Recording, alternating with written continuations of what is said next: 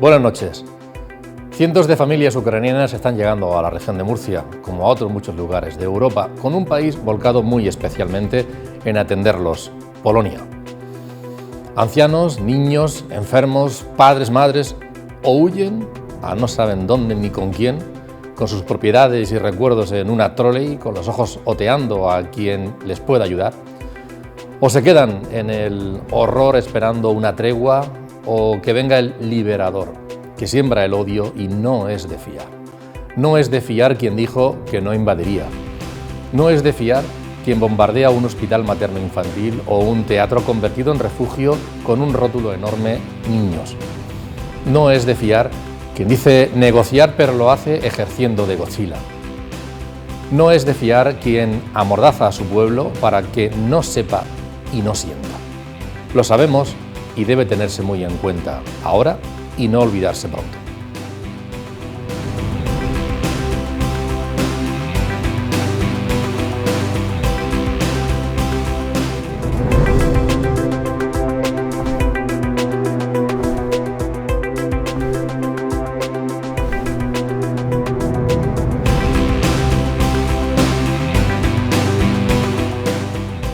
Bienvenidos al debate en Popular Televisión. Vamos a hablar de esa cuestión que a todos evidentemente nos preocupa muchísimo y también de sus consecuencias. Lo vamos a hacer de la mano de Francisco Javier López, politólogo. Bienvenido, buenas noches. Muy buenas noches. Gracias por acompañarnos. Gracias. Víctor Meseguer, un placer contar contigo. Y también bienvenido y bien hallado, las dos cosas. Gracias. Y Pablo Blesa, muchas gracias. Antonio, para mí un placer estar aquí con mis dos compañeros, con Javier y con Víctor, para tratar este tema candente. ¿Es de fiar que se hagan anuncios desde Rusia de ha habido avances, sigue el bombardeo, hoy no hay avances, seguimos el bombardeo? ¿Es de fiar que pueda haber una solución a corto plazo razonable, humana? Francisco Javier. Yo, dado el nivel de mentira hasta ahora por parte del dictador ruso, yo creo que obviamente no es de fiar, e incluso que la solución que se alcance a corto o medio plazo sea una solución bastante frágil. La desmilitarización y neutralidad de Ucrania, ¿quién va a cuidar? ¿Quién va a hacer el paraguas entonces que proteja a Ucrania de una nueva invasión?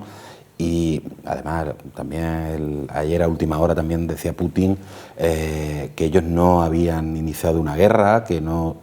Es decir, el nivel de mentira de este señor nos hace creer que, bueno, a lo mejor dice, venga, dejo a Ucrania porque ya me he entretenido suficiente y ¿por qué no Georgia? ¿Por qué no Moldavia?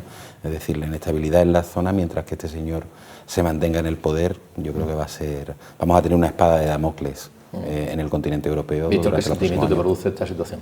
Que la solución humanitaria no va a ser. Este conflicto ya se ha saldado con miles de personas asesinadas en Ucrania y miles de familias pasando hambre en Rusia. Humanitaria no va a ser. Lo que pasa es que yo creo que la comunidad internacional sigue teniendo la obligación de trabajar para evitar víctimas reversibles, es decir, que sigan asesinando gente y que más gente siga pasando hambre. Pero aquí la crisis humanitaria es para mí lo más importante de este conflicto en pleno siglo XXI, es imperdonable y cualquier solución a la que lleguen en la mesa, fuera de la mesa, será lo que ellos quieran, menos humanitaria. Humanitario habría sido respetar a los seres humanos que han fallecido o que hoy pasan hambre.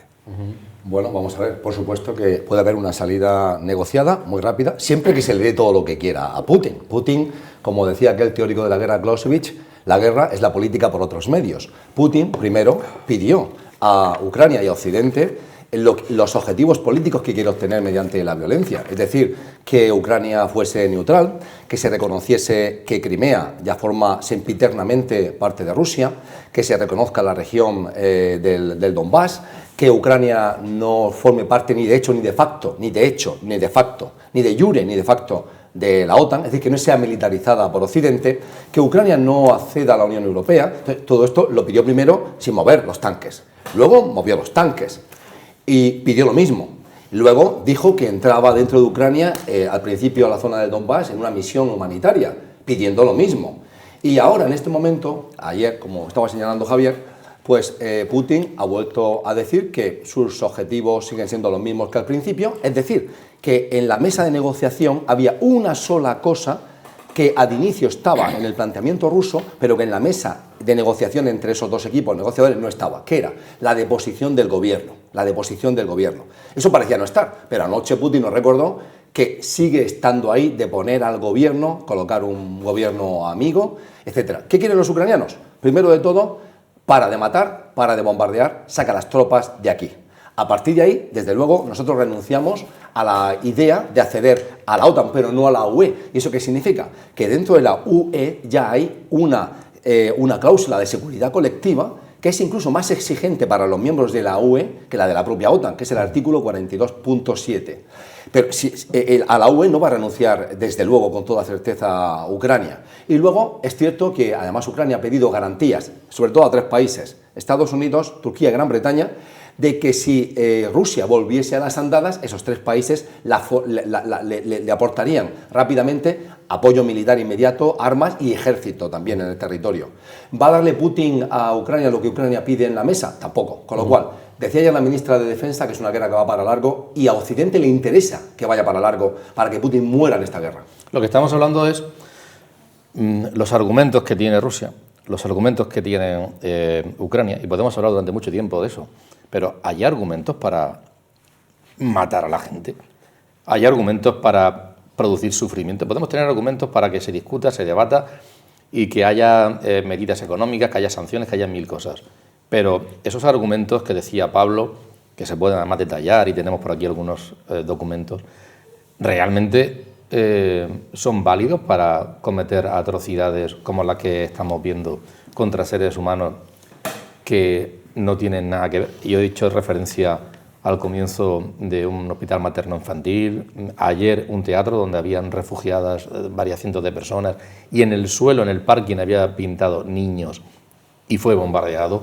Es decir, entrar en ese debate es lógico, es normal, ocurre en la política, ocurre, pero es éticamente, no es éticamente reprobable.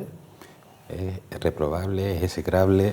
En los últimos 20 años hemos asistido a muchos conflictos televisados, desde la primera guerra del Golfo, en la que ya parecía que era una guerra futurista, donde los misiles casi iban con una precisión quirúrgica hacia unos objetivos determinados, y sin embargo aquí estamos asistiendo a una guerra ya no del siglo XX, incluso decimonónica, que es una guerra de tierra quemada, de hostigar y además hay más refugiados o desplazados que desde la guerra. Claro, efectivamente. Mundial, ¿no? El objetivo de Putin parece ya no solamente ese objetivo político de anexionarse Crimea o de anexionarse el Donbass, sino que es de eliminar a Ucrania y hacer que su población sienta miedo, pero un miedo que pueda durar generaciones. Si no se entiende ese bombardeo a la población civil, incluso en la propia ciudad de Kiev, que si bien no está sitiada completamente, hemos visto como los bombardeos, conforme se van acercando al centro de la ciudad, no atacan a los edificios gubernamentales, están atacando a edificios civiles, a edificios de vivienda que perfectamente saben que lo son, con lo cual yo creo que la estrategia de Rusia es una estrategia de generar terror e infligir el máximo daño posible para que en un futuro tanto los ucranianos como cualquier otro país del entorno sienta pánico, que vienen los cosacos, básicamente. Lo que pasa es que creo que esto no es una guerra. Sí, yo ahí quiero esto es una invasión. Efectivamente.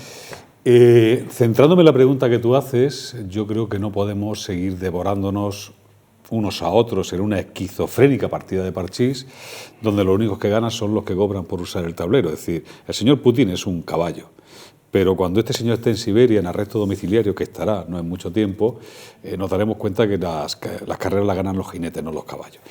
Y luego yo quiero volver al tema de las víctimas, pero quiero volver a las víctimas solidarizándome con las víctimas ucranianas y solidarizándome con las víctimas rusas, porque víctimas hay a los dos lados de la frontera. Mira, en el tema de Ucrania, Déjame que desarrolle. Mira, no iguales, pero víctimas, ¿eh? Mira, en el lado de Ucrania, hoy, en el pleno siglo XXI, ganar una guerra no es dominar carreteras de otro país, no es destruir edificios, tirar bombas, torres de comunicación, tener soldados o tanques pululando por el campo o asesinar a víctimas inocentes.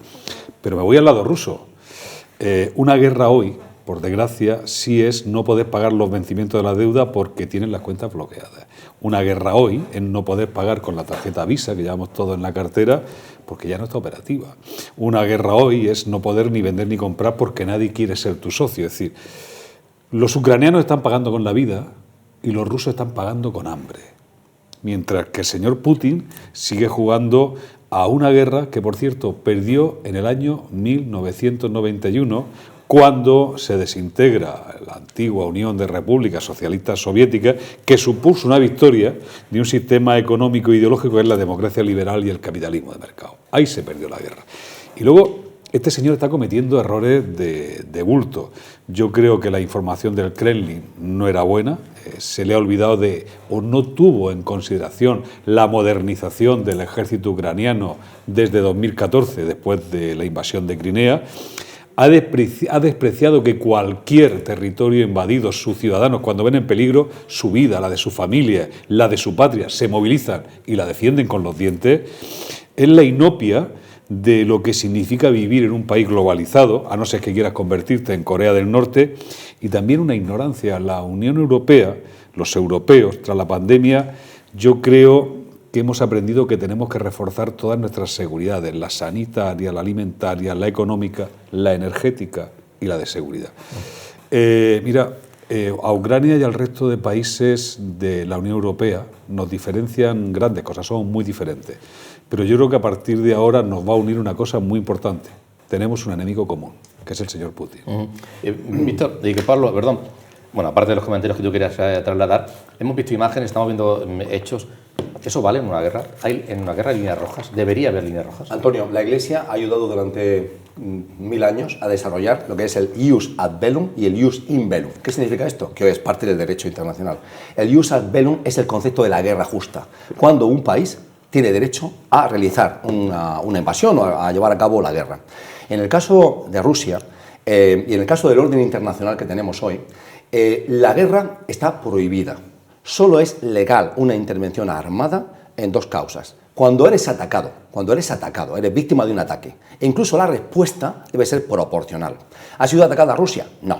Rusia lo que ha hecho es, de manera cínica y para echárnoslo a la cara, aplicar el mismo desarrollo que no ha cuajado, que el mismo desarrollo teórico que para ir a la guerra desarrolló los Estados Unidos en Irak, que es la guerra preventiva.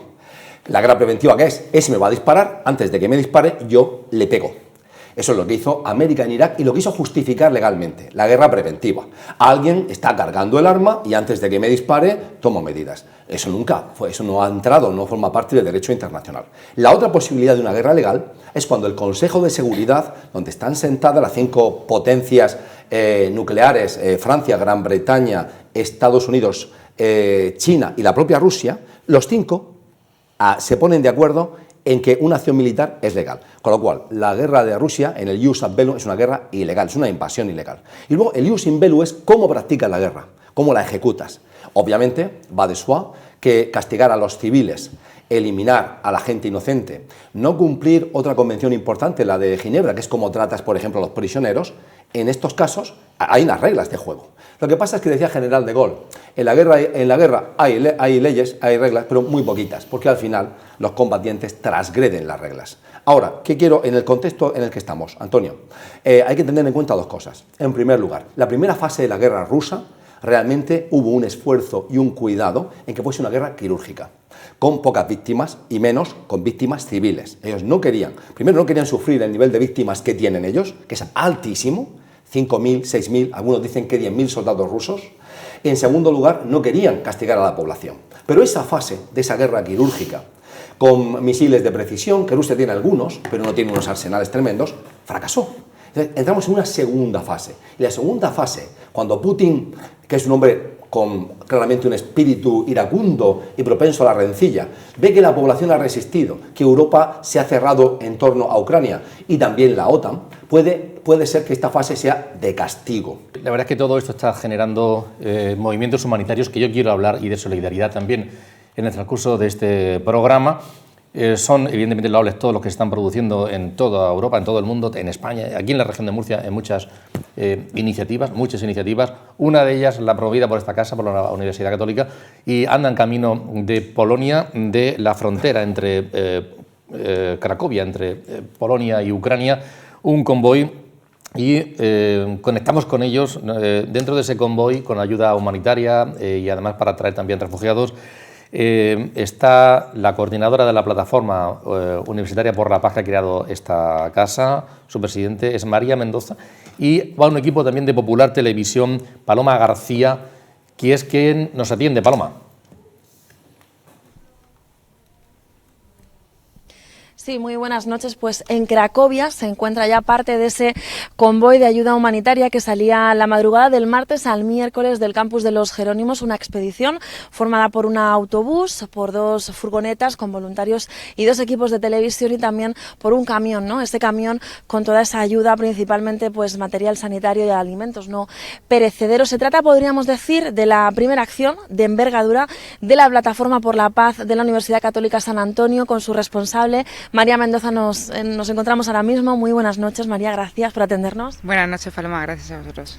Bueno, María, estamos hablando de un viaje solidario. La UCAM ha mostrado su predisposición a ayudar prácticamente desde el inicio del conflicto. Este viaje podríamos decir que tiene un doble objetivo solidario, ¿no? Sí, así es. Por un lado, pues el recepcionar el camión que se ha enviado desde la universidad con toda la ayuda de varias empresas y de muchísimos particulares que han querido colaborar. En Katowice este camión llegará pues viernes noche o sábado por la mañana, dependerá de cómo avance la ruta. Y por supuesto el poder acoger estos refugiados en Murcia. Tenemos aproximadamente una lista de unas 30 personas. Sí que es verdad que luego cuando lleguemos allí pues tenemos que estar muy atentos, porque puede ser que cambie un poco todo, en el sentido de que hay personas pues que se han encontrado un transporte antes, se habrán ido, o que luego se echen para atrás por la situación tan traumática, ¿no? Al final sí que es cierto que tenemos la lista. Estamos también esperando una familia que está ahora mismo cruzando la frontera con Ucrania, una familia de deportistas de tenis de mesa. Y bueno, la verdad que esas son las 2 principales misiones. En cuanto a la ayuda que transporta este camión, lo decía yo al inicio, no sé si estoy en lo cierto, material sanitario y alimentos no perecederos, ¿no? Principalmente. Sí, así es, también ropa. Y en principio pues son las 3 cosas más importantes que nos han solicitado. También mucho alimento para niños pequeños, pañales también. Y bueno, pues el camión que ha salido ya pues consta de 26 palés, de los cuales pues la mitad ha sido contribución de particulares, la otra mitad pues de empresas, y la verdad que me sorprende gratamente, ¿no? Cómo ha respondido lo que son todos los ciudadanos, ¿no? Porque al final, por supuesto que participa la comunidad universitaria, alumnos, profesores, pero luego también mucha gente de Murcia ha querido participar, ha puesto su granito de arena y de camino está para acá. Además, hay que decir que esta iniciativa, esta primera acción de la que hablábamos de envergadura, ¿no? De la Plataforma por la Paz, no va a ser seguramente la última, ¿no? Porque hay muchísima ayuda todavía por trasladar, mucho material, precisamente fruto de esa solidaridad, ¿no? ¿Qué nos dices? Sí, así es. De hecho, nosotros conforme lleguemos a Murcia ya hemos comentado que vamos a tener una reunión con la directiva de la universidad para comentar un poco pues lo que aquí estamos viendo. En qué podemos mejorar, cómo podríamos ayudar más, y por supuesto no dudamos en que si hay que volver a venir y echar una mano lo vamos a hacer, y nada, en principio pues eso. Es un viaje muy, muy largo, es verdad que los ánimos a pesar de eso no decaen, vemos a los voluntarios pues todo el rato, ¿no? Con ese espíritu de, sobre todo yo creo que es el deseo de ayudar, ¿no? Lo que también en esta expedición, María, nos acompaña una ciudadana ucraniana, Janina, que ya está en constante comunicación, ¿no? Con allegados, con familiares. De hecho ayer vivíamos un momento un poquito pues eso, ¿no? Emotivo y triste a la vez al recibir una noticia, ¿verdad? Sí, así es, íbamos en la furgoneta y yo la observaba que estaba llorando. Y entonces pues lo único que hice fue en silencio abrazarla, y entonces ya se atrevió a hablar y se acaba de enterar de que habían bombardeado un teatro lleno de civiles cientos de civiles, mujeres, niños, y la verdad que bueno, pues tuvimos que parar porque era necesario que ella pudiera salir, coger un poco de aire y que le pudiéramos acoger ahí un poquito. Es verdad que luego también está muy ilusionada porque va a tener un reencuentro allí en Polonia con algunos amigos y por ese lado también me alegro mucho por ella, ¿no?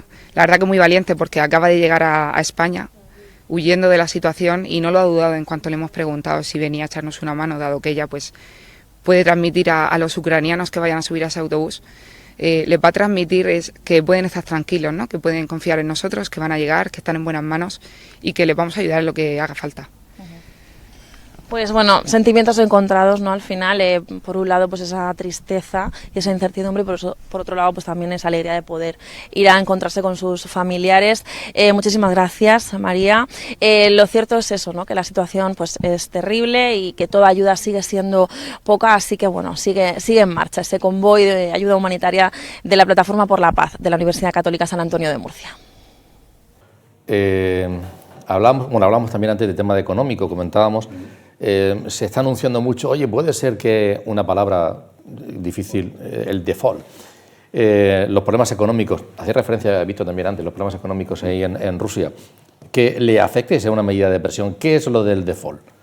Bueno, en primer lugar hay que decir que Occidente ha aplicado una batería de sanciones a Rusia como nunca se habían visto, al punto de que Putin ha entendido que esa guerra económica es una declaración de guerra y ha dicho esta frase que es muy... Su ministro de Exteriores: responderemos a esta presión financiera, económica, al encerramiento de Rusia de dos maneras. Una, simétricamente, Rusia ha aplicado su propia batería de sanciones al resto de países europeos y de la OTAN, ahí incluimos otros países como Japón, como Corea del Sur y como Australia, y también responderemos, si es preciso, de manera asimétrica. ¿Esto qué significa? Que yo impido que tú comercies y yo, que soy Rusia, le doy al botón nuclear y acabo con una ciudad tuya. Esa es la respuesta asimétrica. ¿Qué es el default? Desde 2011 Rusia se le autorizó, volvió a los mercados internacionales de capital. Es decir, puso, como ha hecho la Unión Europea para conseguir los fondos, aunque no mucha. No tiene mucha deuda. ¿Por qué? Porque Rusia se ha estado preparando y ha creado una economía de guerra, casi autárquica, para no ser víctima de las sanciones occidentales. ¿Qué ha hecho? Por decirlo muy brevemente, pero muy efectivamente. Lo que hizo Rusia es vivir de manera austera. Rusia ha estado financiando el Estado con un barril de petróleo a un precio de 40. Es decir, vamos a vivir con un barril de petróleo, que es lo que ellos venden sobre todo, gas a precio de 40, y lo demás que entre va a la hucha. Lo guardamos en una hucha. Entonces, al mismo tiempo vamos a ir suplantando y generando una economía autárquica. Es decir, puede que no me vendan chips. Voy a generar industria de chips aquí, de microchips aquí en mi país. Puede que no me vendan productos básicos. Voy a generar aquí. Ha ido sustituyendo y creando una economía de sustitución en Rusia. ¿Qué ocurre? Que a pesar de eso ha pedido dinero a los mercados internacionales y tiene que ir cumpliendo, obviamente, con la devolución de los intereses a los acreedores. Ahora tenía que pagar una cantidad hoy muy pequeñita de 117 millones, pero en abril va a tener que pagar 2.900 millones, que tampoco es una cantidad que asuste, pero son cantidades cada vez mayores y tiene que devolverlos. ¿Cuál es el problema? Que las sanciones a Rusia han sido tan brutales por parte del mundo occidental que básicamente toda la fortaleza de esta posición de proteger la economía rusa se basaba en unas reservas de 630.000 millones que Rusia tenía fuera de Rusia y que tenía en dólares, y con eso podía comerciar. ¿Qué ocurre? Que esas reservas del Banco Central ruso han sido congeladas. Han sido congeladas. Es una cuenta bancaria, por verlo así, congelada. ¿Qué ocurre? Que Rusia entonces no puede emitir con esos fondos, no puede utilizar esos fondos. En esta cantidad pequeñita de 117 millones que tenía que pagar Rusia hoy, ¿qué ha hecho Rusia? Rusia ha ordenado a un banco donde está ese capital, que pague a los acreedores esos 117 millones, pero ese cheque no va a llegar porque está congelado por nosotros, por los occidentales. ¿Qué dice Rusia? Señores acreedores, id a un juzgado de Manhattan y denunciad a vuestros estados que no dejan que recibáis el dinero. Yo te estoy pagando el dinero, yo he hecho la orden, el dinero es mío, solo que lo tengo congelado por ellos. Entonces, eso termina en un juicio. Francisco Javier, ¿hasta qué punto, y Víctor, hasta qué punto se puede seguir negociando cuando hay presiones? ¿Hasta qué punto es bueno seguir las mesas de negociación sabiendo que mientras te están masacrando gente y asesinando gente, ¿hasta qué punto es bueno o malo que Rusia haya abandonado el Consejo de Europa o haya revocado el Convenio de los Derechos Humanos, que lo acaba de hacer, y que se vaya de ahí? Ese tipo de cosas, ¿hasta cuánto aguanta uno, debe aguantar uno, y dónde está ya el momento en el que dice esto no puede ser? Siempre se dice que es bueno mantener las líneas, los puentes, pero ¿hasta qué punto se puede llegar y aguantar? Hombre, que Rusia abandone ciertos organismos internacionales o que rechace el tema de derechos humanos y tal, en realidad es algo que ya de por sí el régimen de Putin no respetaba, es decir, estaban en ciertos foros por hacer el paripé. La diplomacia, sin entrar en la tontería de la diplomacia de precisión de las últimas semanas, obviamente es necesaria. Por muy cruel, por muy fanático que sea el régimen de Putin, la diplomacia por el resto de Estados es necesaria para intentar hacerle ver que no solamente, como también decía Víctor, no solamente son las acciones que el régimen del Kremlin está haciendo contra la comunidad internacional, en este caso contra Ucrania, sino las consecuencias que tienen también para su propio pueblo.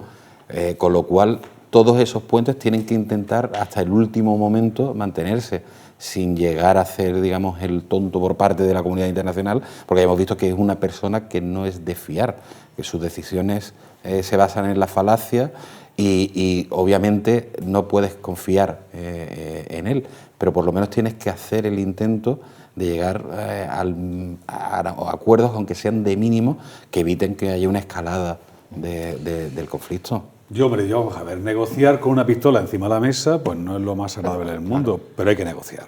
¿Por qué hay que negociar? Porque hay víctimas reversibles, es decir, porque yo quiero que de aquí a un mes dejen de morir 3.000 niños, 3.000 ancianos, o que 4.000 familias rusas no tengan nada que echarse a la boca. Mira, yo creo que el señor Putin debe tener con todo el cariño la misma probidad moral que tenían los miembros de la banda asesina ETA. Y yo me acuerdo cuando la negociación con ETA, yo era partidario de la negociación, y algún compañero, yo trabajaba entonces en instituciones penitenciarias, dice: Víctor, ¿cómo tú, además que has estado amenazado por la banda, eres parte de la negociación? Digo, mira, porque hay 5 compañeros que mañana pueden estar muertos, y yo quiero negociar para que no los maten. Es decir, los que ya nos han matado, bastante rabia y bastante odio nos ha generado, pero si puedo evitar que sigan matando, tengo que hacerlo. Y yo creo que lo que está pasando en Ucrania se puede paliar con acciones tan magníficas, y por cierto que bien lo ha hecho María Mendoza, como la que ha hecho la Universidad Católica, pero también intentando ponerle fecha de caducidad al conflicto, porque, insisto, los que están moviendo las piezas están en el Kremlin o en un lugar seguro, pero los que están pagando con su vida y su existencia son ciudadanos. Tenemos que hacer lo posible para evitar que cada vez sean más ciudadanos los que engrosen el número de víctimas. Hay un poeta español que decía que en la vida, como en el ajedrez, las piezas mayores pueden volver sobre sus pasos, pero los peones solo tenemos sentido de avance. Pues yo creo que merece la pena negociar pensando en los peones. Vamos a escuchar a Isabel Franco, la consejera de Política Social, sobre los movimientos que se hace de la Administración aquí en la región de Murcia de cara a la acogida de los refugiados. Que están llegando muchísimas personas desplazadas desde Ucrania que todavía no han regularizado su situación. Por tanto, establecer una cifra concreta es complicado, porque necesitamos que se dirijan a las entidades que se encargan de gestionar la protección internacional y estas, a su vez, a la Administración, para tener un ceso concreto. Estamos por encima del centenar de personas y más de 30 niños que ya sabemos que se encuentran en la región. Nos acercamos más a la cifra de 50 niños, pero aún no es oficial, y seguimos muy pendientes de cualquier apoyo que podamos prestar desde el Gobierno regional, estudiando a su vez las medidas que nosotros podemos impulsar. En la sede de la Consejería de Política Social se están reuniendo los secretarios generales de todas las consejerías que integran el Gobierno regional para poner en común las iniciativas que se pueden impulsar desde cada una de ellas, siempre pensando en que las personas que se han visto obligadas a desplazarse por culpa de la invasión de Rusia a Ucrania encuentren por parte de la ciudadanía de la región de Murcia pues lo que verdaderamente cabe encontrar que es ese carácter acogedor, cercano y solidario de todos los murcianos y las murcianas. Bueno, ya sabemos que sanidad y educación está cumpliendo perfectamente. Yo en ese sentido tengo que agradecer a mis compañeros de las dos consejerías la labor que están desarrollando, porque prácticamente desde el primer momento que los niños llegan y las familias también, se les permite el acceso al tratamiento sanitario. De hecho, están siendo sometidos a reconocimientos médicos para conocer cuál es exactamente su situación, y también los niños, que si no me equivoco, la última cifra de que disponemos son 57 niños escolarizados. Francisco Javier, ¿habrá un antes y un después de esta guerra respecto de determinados principios y comportamientos de Europa? Lo digo porque parece que incluso los propios líderes europeos se han sorprendido de que ha habido unanimidad entre los países, que además ha habido reacciones rápidas, que se ha decidido aportar o venderle, trasladarle armas a Ucrania, tomar medidas económicas, la necesidad de reforzarse militarmente, porque eso de que aquí no pasa nada y tal, hasta que ocurre. ¿Habrá un antes y un después? Sí, obviamente. Vamos a ver, la Unión Europea atravesaba por unos momentos de tensión interna con unos países, sobre todo en el este, gobernados por la extrema derecha, que iban un poco por libre, Polonia, Hungría, etcétera, incluso con sanciones graves en el caso de Hungría, etcétera, tal. Y esta guerra ha sido como una bofetada de realidad, no solamente para los líderes europeos, sino para la ciudadanía europea. La Unión, digamos, no estaba lo suficientemente bien vista, no estaba lo suficientemente valorada en los últimos años a nivel ciudadano, porque al final quedaba como eso que está allí, Bruselas, que toman decisiones estos señores de negro que vienen a imponernos sanciones económicas o a ver cómo tenemos. Sin embargo, esta crisis lo que nos demuestra es que un solo país, y Ucrania es un país que en extensión es mayor que España, un solo país ante una amenaza de un gigante, aunque sea un gigante viejo y mal pertrechado como puede ser Rusia en estos momentos, un solo país no puede hacer frente, con lo cual esa unión nos hace más fuerte y probablemente deba servir para un impulso mayor de la Unión. En el tema de seguridad hemos visto que necesitamos que la Unión Europea dé un paso más allá, no sé si con la creación de un ejército europeo, pero sí una mayor coordinación. Hay muchos miembros de la Unión que no son miembros de la Alianza Atlántica, y la Unión Europea necesita garantizar su seguridad y necesita que este marco de libertades que en la Europa occidental tenemos no sea dañado por sátrapas como el señor Putin o por regímenes como el de China, etcétera. Y además necesitamos un impulso para no ser los vecinos de en medio entre Estados Unidos y el resto del mundo, sino que la Unión Europea tiene que tener una posición fuerte y una voz única en las relaciones internacionales. Yo creo que sí va a suponer un cambio muy importante para nosotros, para los ciudadanos europeos. Mira, hace posiblemente 3 años, si tú ibas de ponente a cualquier congreso o cualquier conferencia, si no decías cada 5 palabras 2 veces globalización, eras tonto. Bueno, pues yo creo que la pandemia y esta guerra, la palabrita globalización la pone entre interrogantes, y quizá hay que hablar de localización. Es decir, yo creo que tenemos que volver a pensar en ser autónomos, por cierto, ser autónomos energéticamente. Qué suerte que Alemania nos sacara del gasoducto con Rusia, qué suerte. Luego, si queréis, hablamos de eso, pero una suerte tremenda.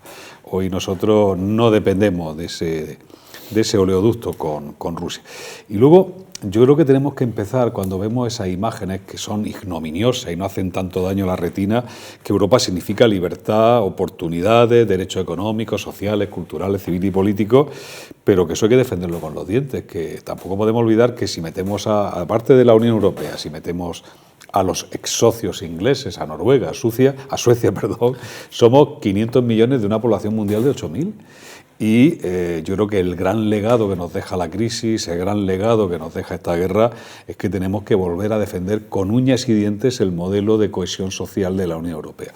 Yo este es un tema, Antonio y el resto de compañeros, que me cabrea mucho, porque cuando imparto clase en la universidad tengo la sensación de que los más jóvenes creen que todo esto ha caído del cielo, que es un maná que nos han regalado. No, hemos construido un espacio que es una burbuja en este mundo, una burbuja de bienestar, de protección, de derechos, y nos hemos dado cuenta que este señor mañana podría apretar ese botón que dice aquí el compañero, pero que la bomba podría caer en Berlín, o en Madrid, o en Barcelona.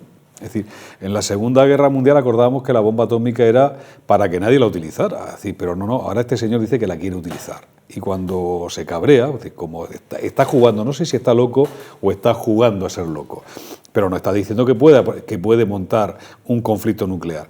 Bueno, pues yo creo que Europa tiene que replantearse cómo defendemos con uña y diente nuestro modelo y, hombre, ya de paso, cómo intentamos que el resto del mundo también mejore y que las vías de desarrollo de países con peores condiciones de vida que nosotros, pues sigan mejorando. Bueno, dos cosas, y es crítico. La pregunta, ¿está Putin loco? Es una pregunta fundamental, porque tiene acceso a 6.000 cabezas atómicas. Rusia es el país con más cabezas atómicas. Dos, ¿es un loco sin causa o es un loco con causa? Primero, Putin no está loco. Putin es un hombre que entiende los costes y los beneficios. Es una persona racional, es una persona estable, no es un loco. Eso es bueno y es malo. ¿Por qué? Porque la historia nos demuestra, y aquí Víctor ha señalado el uso de la bomba atómica en Hiroshima y Nagasaki, el señor que ordenó el ataque nuclear, el señor Truman, presidente Truman, no estaba loco. O sea, no hay que estar loco para usar la bomba atómica. Y los países tienen bombas atómicas porque piensan que puede ocurrir, que se dé la circunstancia en que las usen. ¿Tiene causa este loco, este cuerdo? ¿Tiene causa? ¿Es un loco con causa, un cuerdo con causa? Hay que decir que sin justificar de ninguna manera el atropello al derecho internacional, el intento de socavar la soberanía de Ucrania, el intento de minar que Ucrania tenga derecho a ser un país, porque lo que ha dicho Putin es decir que podía destruir el Estado ucraniano, que además cree que nunca debió y que nunca ha habido tal cosa como un Estado ucraniano. Ahora los ucranianos han descubierto que son ucranianos, porque además esto es importante por otra razón. Es importante porque también nosotros hemos descubierto que queremos la democracia y que somos europeos. Pero yendo en esa lógica de Putin, ¿qué hay que entender? Hay que entender, por ser realistas, que a Rusia se la ha ninguneado, se la ha chuleado. Y aquí hay una pregunta muy importante. ¿Es Putin un nostálgico del imperio ruso, del imperio soviético que quiere reconstituir? ¿O es un hombre que actúa reactivamente frente a una amenaza que le viene? Entonces ahí es obvio que la OTAN se ha ampliado 1.000 kilómetros desde el año 90 a las puertas de Rusia. Es obvio que antes de esta guerra Putin estaba repitiendo que ese Estado, ese lugar, Ucrania, debía ser un territorio neutral. Que para su seguridad era crítico que ese país se mantuviese neutral. Por eso tomó Crimea, por eso actuó cuando hubo la revuelta de 2014. Y entonces no se le ha escuchado, no se les ha hecho caso, no se ha tenido en cuenta la posición de un país que es una potencia mundial, sobre todo a nivel militar. Y luego en 2008 a Georgia, también en su frontera, y a Ucrania se le dio el estatus de país candidato a la OTAN. Y ahí cuando se pusieron los rusos a pensar que una guerra era posible.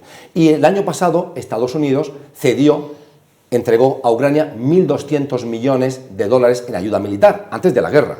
Estas cosas hay que tenerlas en cuenta para no decir simplemente es un loco que es un nostálgico del imperio ruso, imperio soviético. No, no es así. Es un poquito más complicado. Aunque no tiene derecho en absoluto, a coger los tanques, invadir un país y matar gente. No tiene ningún derecho a eso. Eso es una atrocidad. Los europeos hemos descubierto que somos europeos, hemos descubierto que somos demócratas y Putin ha revitalizado a la Unión Europea y ha revitalizado a la OTAN. Hemos hablado con el presidente de la Asociación de Ucranianos en Murcia. Habla de la acogida, pero también de esos planes que él cree que Putin tiene en la cabeza y que en parte ha ejecutado y en parte siguen pendientes. Por esa razón, siguiente semana que viene, esta semana y semana que viene, esperamos más que 1.000 personas en la región. Solo en Cartagena ahora ha llegado más que 150 personas, solo en Cartagena. Alojado solo 40 personas, es decir, 110 personas alojamos ucranianos en nuestras habitaciones, en nuestros vecinos, vecinos de vecinos, que 2 días esperamos grande ataque de misiles, porque alrededor de Kiev concentrado más que 30.000 soldados rusos. Él quiere ocupar toda Ucrania. Siguiente, él tiene plan ocupar Letonia y Estonia. Siguiente, Moldova. Siguiente, otros países. Si pensamos que guerra puede parar solo en Ucrania, yo creo que es una locura. Putin nunca no quiere parar en Ucrania. Víctor. No, mira, como Pablo ha lanzado una pregunta, a mí sí me gustaría contestarla. Es decir, yo creo que el régimen ruso es una dictadura, que China es una dictadura y que Cuba es una dictadura. Eso lo tengo más claro, que el día es día y la noche es noche. Yo me le diría a los oyentes que no nos hagan mucho caso a nosotros, especialmente que no me hagan mucho caso a mí, y voy a utilizar una fuente muy de Pablo. Pablo, hoy ha mencionado en el programa a Karl von Clausewitz, fue general y director de la Academia Militar Prusiana en el primer tercio del siglo XIX.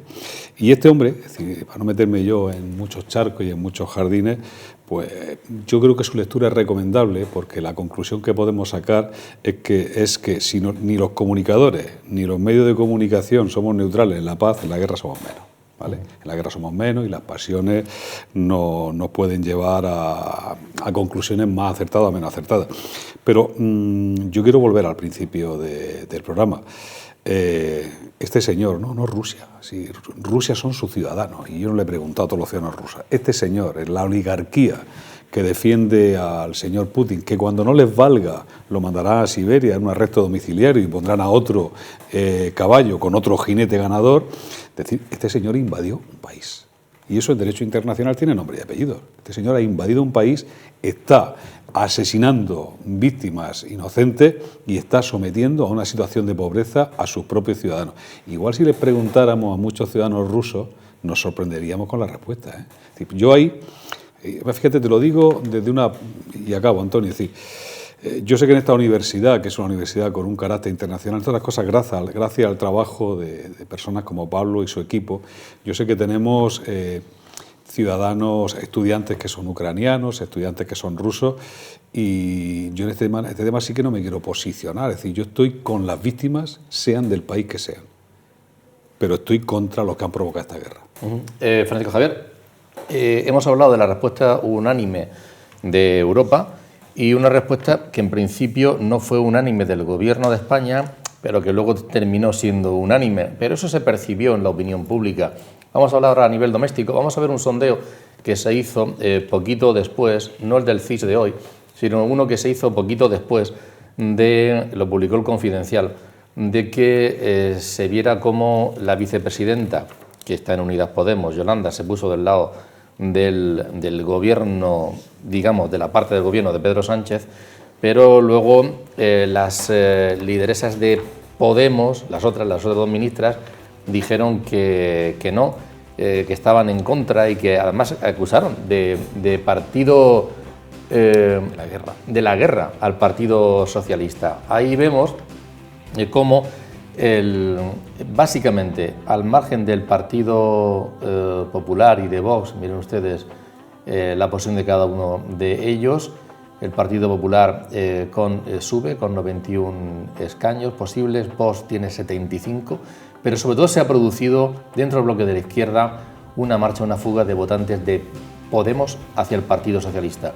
Yo no sé si esto ocurre habitualmente cuando hay una situación crítica, que el partido, digamos, que gobierne, sea de derecha o de izquierda, siempre se refuerza como partido de Estado, porque el ciudadano se refugia en el partido de Estado, o se castiga, en este caso, la postura de Podemos respecto de esta situación. ¿Qué opinas? Yo creo que es una conjunción de factores. Vamos a ver, en todo gobierno de coalición, el partido mayoritario absorbe en gran medida al partido minoritario que le da apoyo. Eso además lo hemos ido viendo a lo largo de... Siempre que hay una crisis fuerte. Sí, no, incluso sin crisis. En los últimos meses previos a todo esto hemos ido viendo cómo el Partido Socialista se mantenía, pero era siempre Podemos con algún breve repunte y demás, pero lo normal en una coalición es que el partido grande se coma al partido pequeño.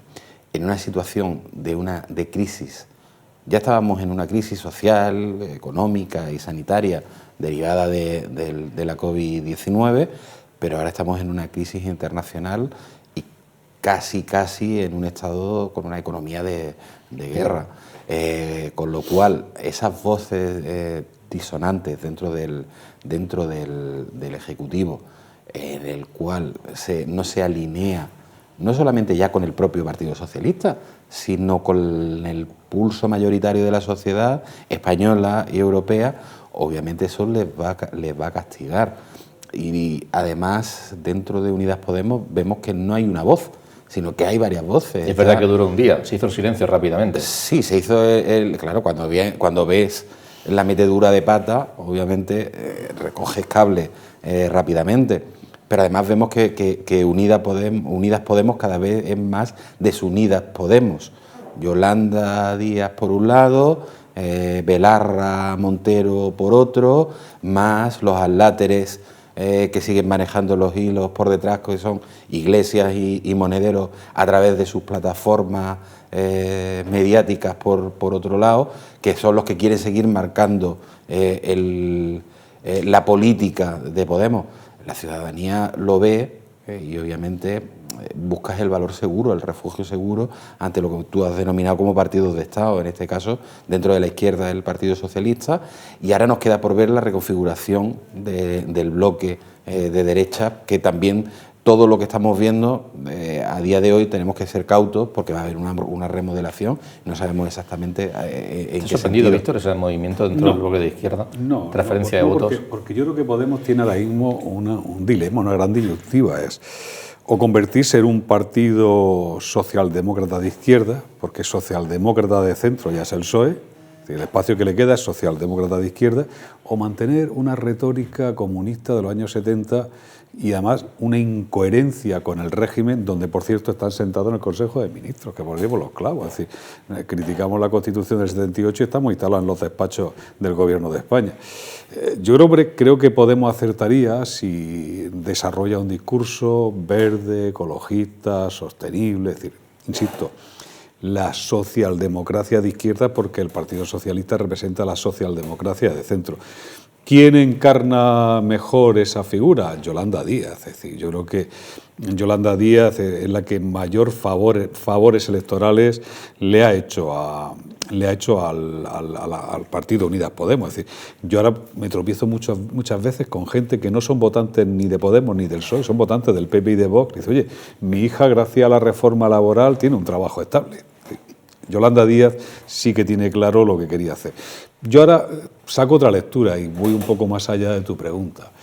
Yo creo que con los cambios que se están produciendo en el Partido Popular, en este país vuelve a ser, siempre han estado, pero vuelve a ser nítido que tenemos dos grandes partidos de centro derecha y de centro izquierda, el Partido Popular y el Partido Socialista.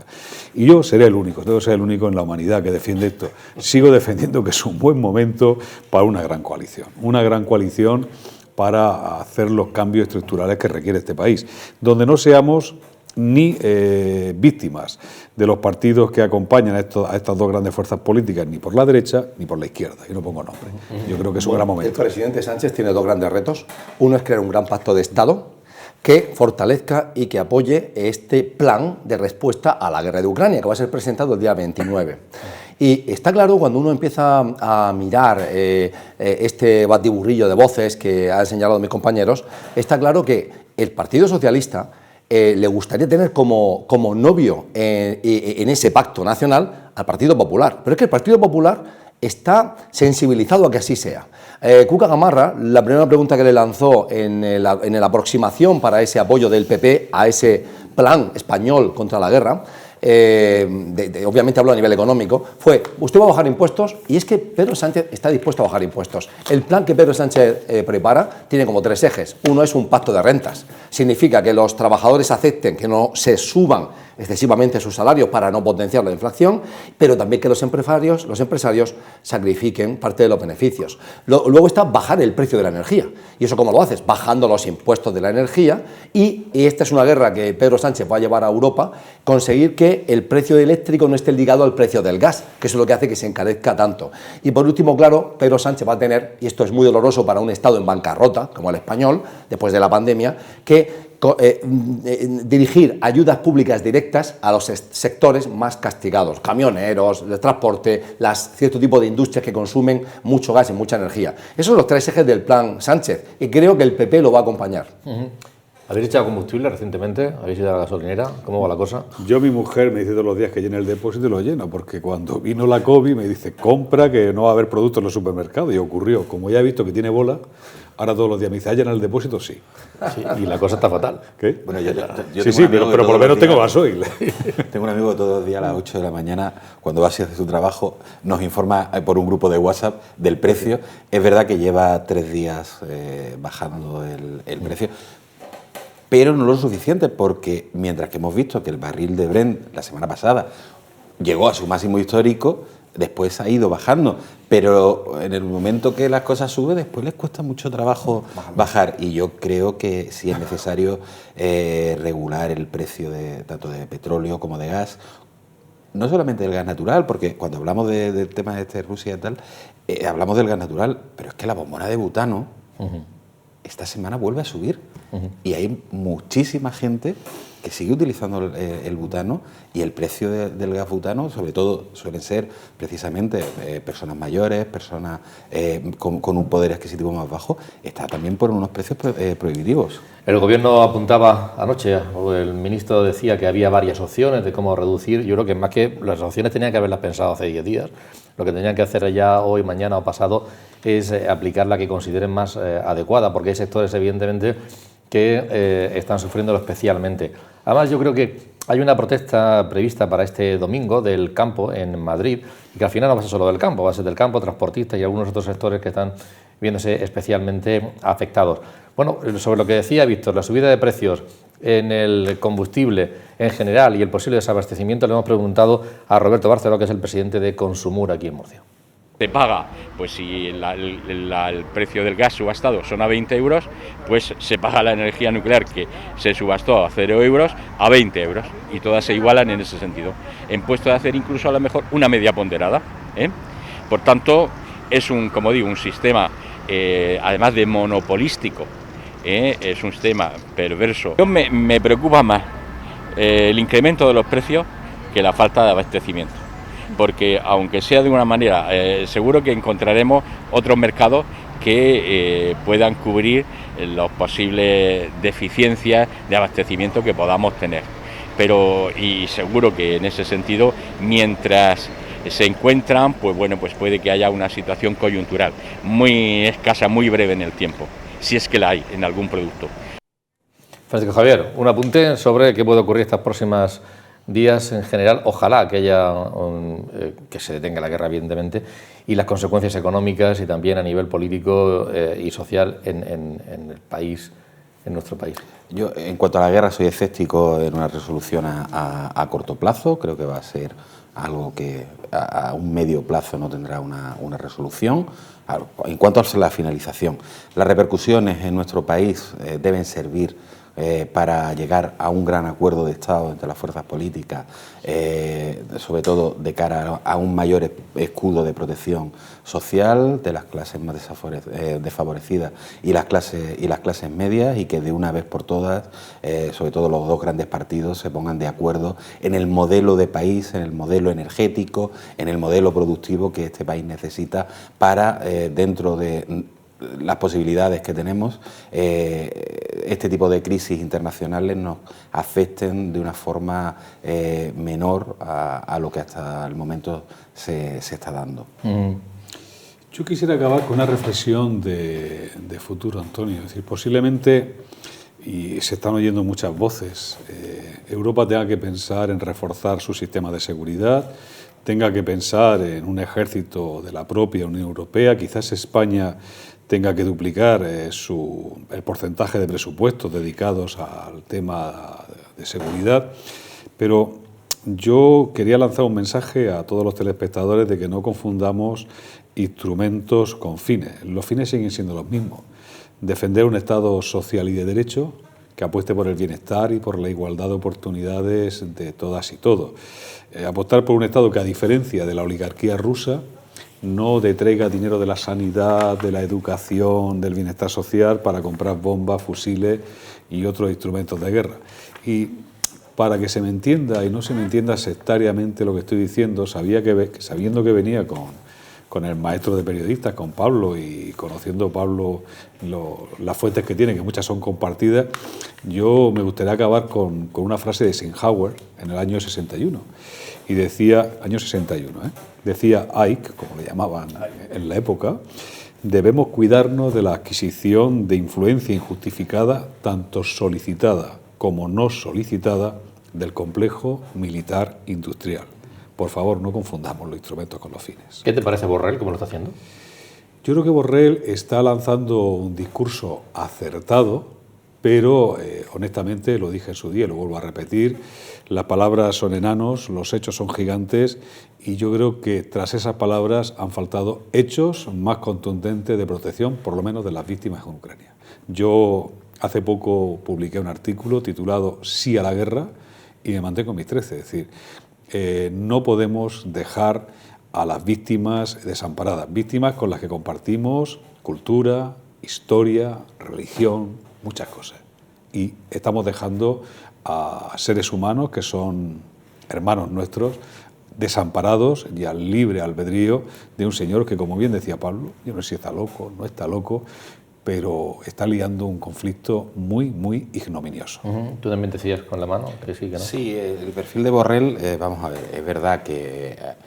Su mensaje es firme, por lo menos, sí, en el discurso. Pero ha sido duditativo, ha dado varios bandazos desde el inicio de la crisis, y yo creo que es el momento de que, como máximo representante de la Unión Europea, se muestre muchísimo más tasativo, muchísimo más contundente y eso, y no de esos bandazos. Sé que es verdad que tiene que representar la voz de muchas sensibilidades, de muchos países, pero es el momento que la Unión Europea sea más unión y más europea que nunca, porque está en juego nuestra civilización, nuestro modelo de vida, nuestra sociedad, que es distinta a la rusa, que es distinta a la americana, que es distinta a la china, y es lo que tenemos en juego. Bueno, respecto al abastecimiento, desabastecimiento, si todos nosotros queremos convertir nuestra casa en un supermercado, evidentemente habrá desabastecimiento, falta de abastecimiento. Si todos queremos comprar aceite de girasol, todos queremos llevarnos a nuestra casa 40 kilos de harina, es ridículo, no lo puedo entender. Aceite de girasol y ahora compra... Exactamente, no lo puedo entender. Yo fui y no podía creerme que estaba pasando a causa de la guerra, que no había aceite de girasol o harina. Ridículo, me parece absurdo, igual que tenemos garantizada la energía, el caudal energético. Es absurdo el pánico y la histeria. Ojalá que España demuestre ser un país fuerte, con un Estado fuerte, con un gobierno capaz de generar un plan, un acuerdo de Estado y que una oposición constructiva, porque lo necesitamos, porque es una situación crítica después de una pandemia. La guerra, pues me voy a citar yo a otro señor que decía, me refiero a Einstein, no Pablo, Ike. Tienes razón que hay que evitar que la gente llene la casa de gasolina y gasoil, eso por Dios. Pues es explosivo, es explosivo.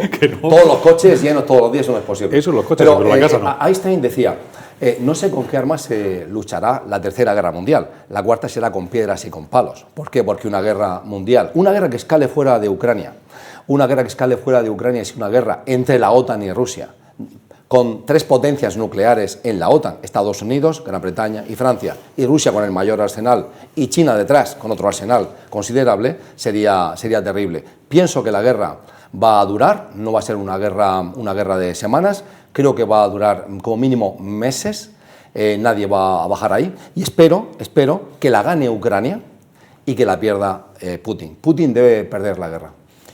Te voy a poner un reto. En 30 segundos... ¿Puedo decir una cosa para apoyar a Pablo? Venga, dilo. Yo espero que la gane Ucrania y la ganen los rusos, no Putin, los rusos. Bueno, en 30 segundos, un reto. ¿Cuál va a ser el papel de China? China tiene una relación estratégica con Rusia. Esa relación la vimos plasmada icónicamente en la inauguración de los Juegos Olímpicos. Y China puede hacer 2 cosas. Una, puede jugar un papel tonto, que sería armar y apoyar la guerra de Rusia o financiarla. Yo creo que China no le interesa el papel de tonto, va a recibir sanciones de Occidente como las ha recibido Rusia, pero por el contrario es un país ideal por tamaño y cercanía a Ucrania y cercanía a Rusia como para moderar, mediar y conseguir ojalá que más pronto que tarde, una negociación y una paz que deje de perjudicar a los civiles sobre todo. ¿Pero eso es una creencia o un deseo? No, creo que es una realidad. Creo que China va a intentar, en algún momento del conflicto, cuando Putin muera en ese conflicto, cuando los tanques rusos se empantanen en el conflicto, que va a intentar mediar para buscar una solución diplomática. Hablaba yo durante el programa que las iniciativas, cualquiera de ellas, todas son humanitarias que se están produciendo, son absolutamente magníficas, loables, son muchas desde empresas, instituciones, particulares que están apoyando.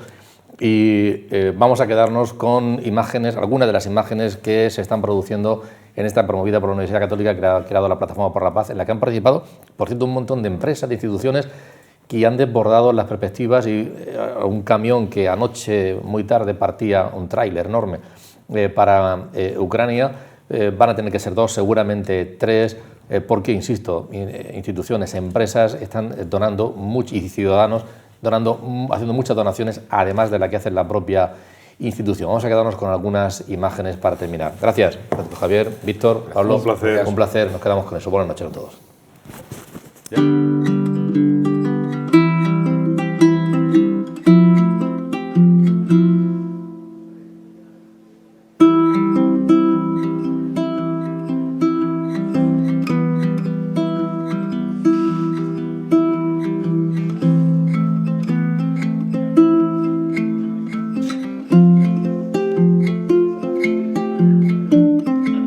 Bueno, nosotros como Universidad Católica pues nos planteamos el poder ayudar a tanta gente en la medida de nuestras posibilidades. Para ello, pues mi hija María ha creado una plataforma de Universitarios por la Paz, una ONG universitaria con el fin de ayudar a tantas familias damnificadas y que tienen necesidad de ayuda. En principio vamos a traer familias y deportistas olímpicos. Está el presidente del Comité Olímpico Español en contacto con el presidente del Comité Olímpico de Ucrania. Van a venir atletas olímpicos con sus familias a los que nosotros vamos a acoger para que aquí tengan la ayuda que necesitan. Y luego van a venir importantes números de alumnos desde Ucrania a los que vamos a ayudar, becándoles sus carreras y también pues becándoles su estancia, ayudándoles económicamente para que aquí puedan tener un medio de vida digno, que no les falte de nada a tantas familias.